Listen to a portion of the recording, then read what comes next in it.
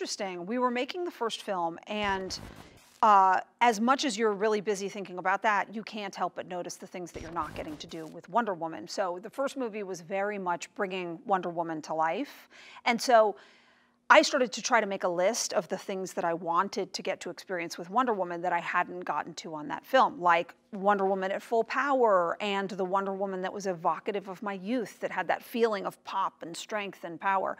And so things about the idea started to come to me while I was working. I knew that the idea of bringing her to the 80s in America and this very different context felt like the right thing to do. And then the story really came pretty naturally when I started feeling what I wanted to talk about and what I felt like she would want to talk about in our modern world. I think 1984 is the quintessential year of the 80s. Not only is there George Orwell's 1984, and that was a definitive statement of this is the future, our 1984 was what the future actually was.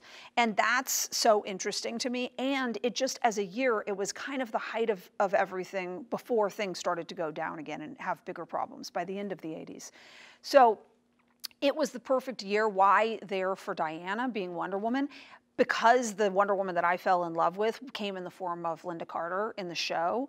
There was something pop about her brand that I loved, so colorful and of that world, that it just felt right to really put her there and yet see a different updated version of it and the Wonder Woman on the big screen in that kind of time. So those two things went hand in hand. The third reason is because really when you want to talk about current day events, it's kind of boring and or you're boxed into not wanting to talk about real things. So the 80s is very parallel to everything that we're living right now. The world has changed, but our belief system is not that changed from what was born in the opulence of that time. So it was a great way to really talk about how I feel, success of Western civilization has made us live our lives.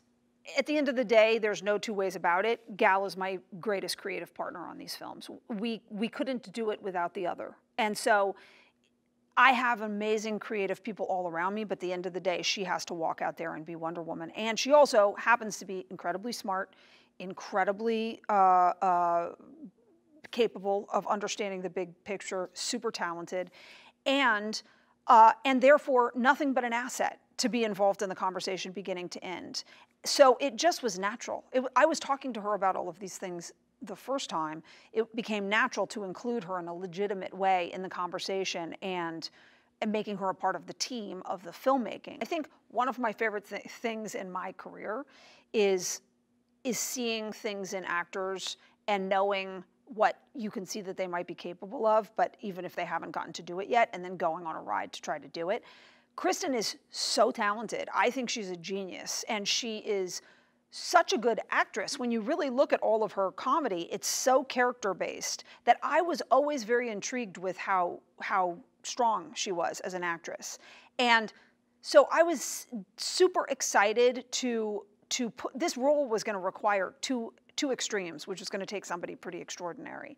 I was very excited to see someone like Kristen, who we knew could be funny and we knew could be charming and lovable, but I also could really, see how she could use her talent to turn into this other end, and she did, and she surpassed it by a lot. Like she blew me away. She blew everybody away.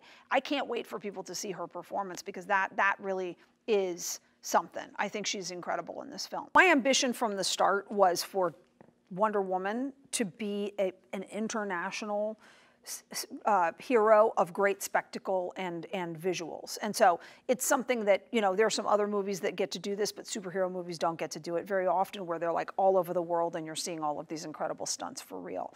So that was something I really care about Wonder Woman having. However, what happened on this film blew my mind.